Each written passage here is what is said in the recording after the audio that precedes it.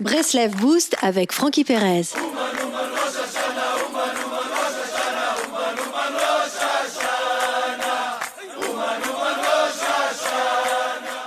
Les amis, notre société a érigé comme critère de richesse la réussite par la possession de l'argent. Puisque le temps, c'est de l'argent, celui qui réalise le maximum de profit en un temps record est désigné comme celui qui a réussi.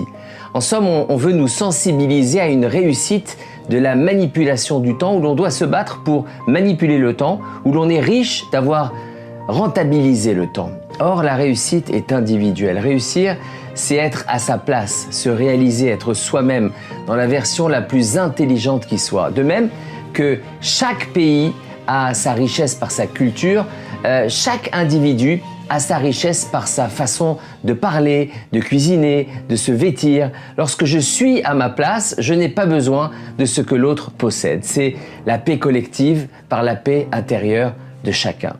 La réussite est individuelle car chaque individu a un but précis à accomplir. Pour cela, il choisit ses outils. Avant de descendre ici-bas, l'âme choisit son apparence, ses qualités, ses atouts afin d'y parvenir. La seule chose qu'elle ne choisit pas, c'est être un homme ou une femme, ainsi que son niveau d'intelligence. L'âme connaît donc sa mission avant de descendre ici-bas, jusqu'à ce que l'ange nous ôte la mémoire à la naissance. Dès lors, impossible de s'en souvenir au cours de notre vie terrestre. Pour parvenir au but, nous avons besoin d'aide, de conseils. Pour cela, nous avons besoin d'un maître qui nous oriente dans nos choix et du tzaddik. Le tzaddik connaît la mission de chaque âme. Alia Ouman revient alors à faire un pas afin de connaître son but sur terre. Pour prier pour la parnassa ou autre, il n'y a pas besoin particulièrement d'Alia Ouman. Il est possible de prier sur la tombe de grands tzaddikim.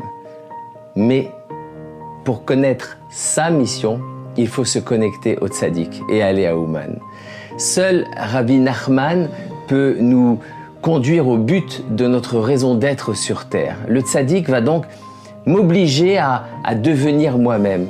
À défaut, je vais tenter plusieurs options, échouer à plusieurs reprises jusqu'à abandonner et comprendre que je dois être ou devenir moi-même.